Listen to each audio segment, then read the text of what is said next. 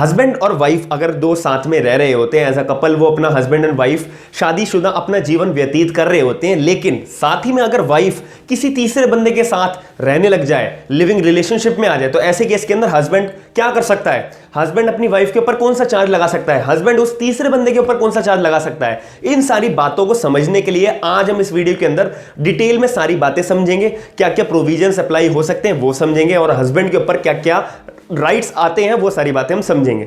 तो मेरा नाम है आयुष, आप देख रहे हैं स्मार्ट एंड लीगल गाइडेंस। तो सबसे पहले इस सिचुएशन को, इस सर्कमस्टांसेस को समझने के लिए आपको समझना पड़ेगा भाई एडल्ट्री होता क्या है। एडल्ट्री आपके दिमाग में वर्ड सुनती समझ में आ रहा होगा कि भाई एडल्ट्री तो अब हमारे इंडिया के अंदर, भारत के अंदर अब खत्म कर दी गई है। बिल्कुल सही बात है, लेकिन जो मैंने आपको सर्कमस्टांसेस समझाई है, बताई है, उसको समझने के लिए आपको एडल्ट्री का मतलब पहले समझना पड़ेगा। एडल्ट्री का सिंपल मतलब होता है कि अगर कोई बंदा किसी की वाइफ के साथ में लिविंग रिलेशनशिप में रह रहा होता है या फिर सेक्सुअल इंटरकोर्स करता है, तो ऐसे केस के अंदर वो बंदे ने एडल्ट्री का क्राइम करा है। वो जब माना जाता था जब हमारे भारत के अंदर एडल्ट्री का क्राइम लागू होता था। अब सुप्रीम कोर्ट ने Joseph shine versus union of India का एक जजमेंट आया था, वो मैं भी वीडियो के आगे पढ़ेंगे, बिल्कुल डिटेल में समझेंगे।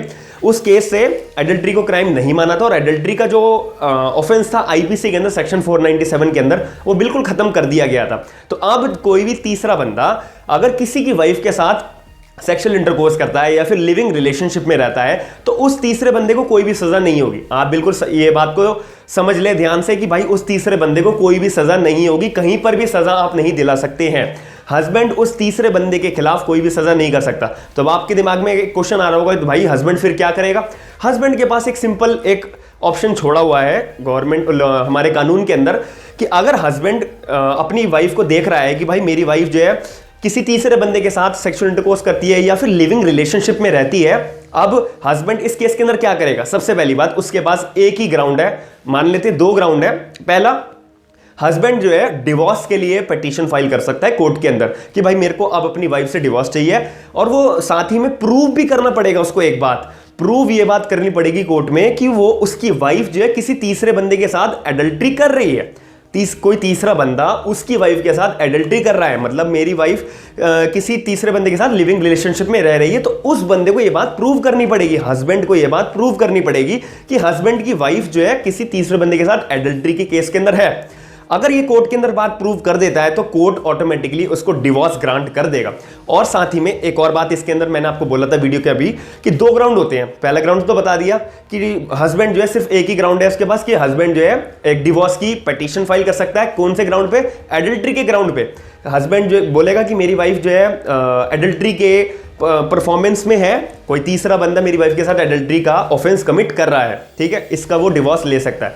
दूसरा ग्राउंड ये होता है, अगर मान लो वाइफ मेंटेनेंस के लिए क्लेम करती है हस्बैंड के खिलाफ कि मेरे को अपने हस्बैंड से मेंटेनेंस चाहिए या कंपनसेशन चाहिए, मेरे को रोज मतलब जो घर के खर्चे होते हैं या फिर मेरी जो लाइफ है उसके घर के खर्चे पूरे करने के लिए मेरे को अपने हस्बैंड से मेंटेनेंस चाहिए, कंपनसेशन चाहिए। मान लेते वाइफ ने कोर्ट के अंदर ये क्लेम करा है, तो हस्बैंड के पास एक ऑप्शन आ जाता है अपने आप को बचाने के लिए कि भाई मैं जो है कंपनसेशन या फिर मेंटेनेंस क्यों दूं, बल्कि हस्बैंड की वाइफ ही गलत कर रही है, हस्बैंड की वाइफ ने ही एडल्ट्री का क्राइम करा है, एडल्ट्री के क्राइम के अंदर उसने इन्वॉल्वमेंट करी है, तो इसमें हस्बैंड बिल्कुल भी लायबल नहीं होगा मेंटेनेंस देने के लिए और कंपनसेशन देने के लिए। कोर्ट के अंदर हस्बैंड का साफ साफ बोले कि जैसा मेरी वाइफ जो है, एक तो उसने एडल्ट्री का ऑफेंस कमिट करा है किसी तीसरे बंदे के साथ मिलकर, तो इसी वजह से मैं तो एक तो डिवोर्स चाहता हूं, और अगर वो मेंटेनेंस या फिर कंपनसेशन क्लेम करेगी तो मैं भी उसको देने के लिए बिल्कुल भी एक भी रुपया हकदार नहीं होऊंगा। ये बात अगर हस्बैंड प्रूव कर देता है, जो भी एविडेंसेस उसके पास इकट्ठे होते हैं हस्बैंड के साथ पास में, वो कोर्ट में जाके प्रूव करे, वो दिखाए, तो इस केस के अंदर सिंपल उसके पास जो ऑप्शन होता है कि वो सीधा डिवोर्स की पिटीशन फाइल करे। और अगर वाइफ मेंटेनेंस क्लेम करती है तो वो एडल्ट्री का एक ग्राउंड बनाकर कोर्ट के अंदर ये पेश कर दे विद एविडेंसेस। मैं बार बार ये बात बोलूंगा, एविडेंसेस पेश करना बहुत ही ज्यादा नेसेसरी होता है। एविडेंस के बिहाफ पर ही कोर्ट जो है ये मान पाता है कि हाँ भाई हस्बैंड बिल्कुल सच बोल रहा है, वाइफ ने एडल्ट्री का क्राइम कमिट करने के साथ में इन्वॉल्वमेंट पूरा है, इसीलिए डिवोर्स जो है ग्रांट किया जाता है। और वाइफ जो मेंटेनेंस या कंपनसेशन क्लेम कर रही है वो बिल्कुल भी मान्य नहीं होगा, बिल्कुल भी नहीं दिया जाएगा हस्बैंड की तरफ से। आपको मैंने पूरा का पूरा सोल्यूशन पूरी वीडियो के अंदर बता दिया है। अब ये बोर्ड में क्या बातें लिखी हैं, एडल्ट्री मैंने आपको बताया, एडल्ट्री अब जो है क्राइम बिल्कुल भी नहीं है। Joseph shine versus union of India के केस के अंदर सुप्रीम कोर्ट ने बोला है कि भाई एडल्ट्री कोई भी बंदा करता है, कोई दिक्कत नहीं, करते रहो, बस हस्बैंड जो है डिवोर्स का ग्राउंड कोर्ट के अंदर लगा के अपना डिवोर्स ग्रांट कर सकता है, या फिर वाइफ अगर मेंटेनेंस या कंपनसेशन क्लेम कर सकती है तो हस्बैंड जो है वो इस एडल्ट्री का ग्राउंड बना के अपने आप को बचा सकता है, भाई मैं मेंटेनेंस नहीं दूंगा या फिर मैं जो है कंपनसेशन अपनी वाइफ को नहीं दूंगा। अब आपके दिमाग में एक लास्ट बात आ रही होगी, भाई जो तीसरा बंदा एडल्ट्री कर रहा है तो उसके ऊपर क्या क्रिमिनल लायबिलिटी बनेगी? कुछ भी नहीं बनेगी। हस्बैंड कुछ भी नहीं कर सकता, उसके ऊपर कोई भी चार्ज नहीं लगा सकता, क्योंकि अब एडल्ट्री तो खत्म हो गया। इसके लिए उस तीसरे बंदे के खिलाफ जो एडल्ट्री एक्चुअल में कर रहा है उसकी वाइफ के साथ में, तो इस केस के अंदर जो बंदा वो तीसरा बंदा है उसके ऊपर कोई भी क्रिमिनल लायबिलिटी नहीं होगी। हस्बैंड के पास सिर्फ अपनी वाइफ तक के लिए डिवोर्स लेने तक का ग्राउंड होता है।